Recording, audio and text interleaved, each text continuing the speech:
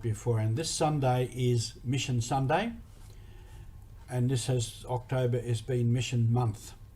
So need to keep that in mind, and perhaps as a special prayer intention, perhaps also something to think about seriously, that we are all on mission, that we all have a mission to do. Next week, 21st, is Chevalier Day, Father Chevalier's feast day. So we will note that particularly also. Yesterday I was talking about environmental works and activities in the Philippines. The Center for the Poor, Father Rich Gomez runs that and is actively involved in that in many ways. I spoke of that yesterday. If you Google and go on YouTube, either Father Rich Gomez and or Center for the Poor, then you'll probably find some videos that he has there. The Philippines also have many other videos that are worth watching. So today for environment, as I said, we reflect that God gave us this creation. He sent Jesus Christ to unite more fully the Trinity, God, with the earth and with all of us. And we are given the earth, the creation, to care for it. We are stewards of creation. So many things in our world today are going against that, and so many things are happening that are endangering the whole world. Listening to some of the experts, they seem to be saying that in not too many years' time we might reach a point where we can't go back.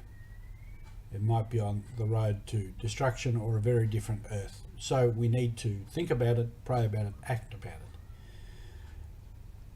I want to talk a little bit about some of our projects in Vietnam in regard to environment. And many of the water projects, clean water projects, are also linked to environment. So in Vietnam, they do a lot of reverse osmosis water systems, which forces the water through a very fine filter, filtering out the chemicals and the pollutants. So they do a lot of that. Because the ground is got so many chemicals, there's so many people, there's a lot of contamination of groundwater, so on. So what is happening in the environment is polluting the water.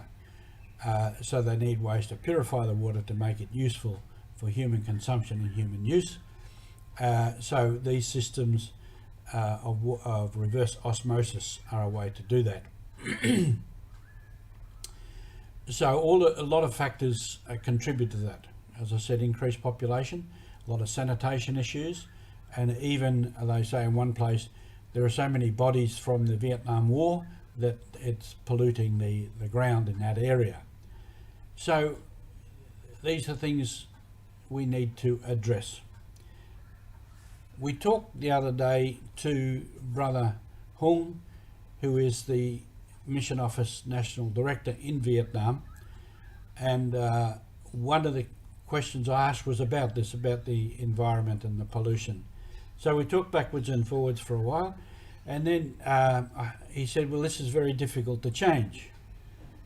And he went like this and said, because it's in people's heads, we have to change that. So it comes down to attitudes, mentality, customary practices of farming and use of land and use of resources. This is a difficult one to change people's minds and attitudes. So that's where we need, obviously, education, awareness, even the theological side of emphasizing that the creation that God gave us, we are in charge of it is the wrong word. It is given into our care. So we need to look after it and do what we can to reverse the process of irreparable damage to the environment. In Africa also, there are issues of sanitation, and these are often linked to our water projects. A lot of places is pit toilets, which obviously then can foul the groundwater. So we have given monies for septic tanks, EnviroLoos, and other ways of disposing of our human waste.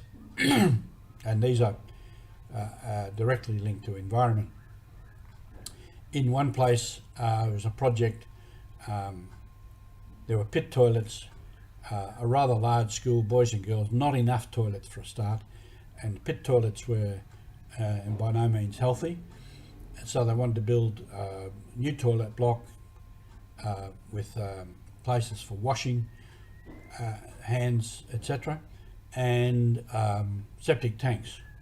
Into the bargain with that, there was an issue with a lot of the girls when they had their periods, had to dispose of what they needed to, and this was an embarrassing thing for them, because on top of that you had a cultural thing, you know, as regards male and female. The women are secondary, almost second-class citizens, and these girls, when at that time when they're having their period, were the object of derision and you know, not nice comments and all of that. So there was an issue there of health and sanitation, and there was an issue of culture and custom. And in working with that, we were able to change a few things. So we need to look to help people to change their practices in regard to land use and use of resources. So this is all part of our environment project, and this is also part of our mission. So thank you very much. We'll continue our discussion as we go along.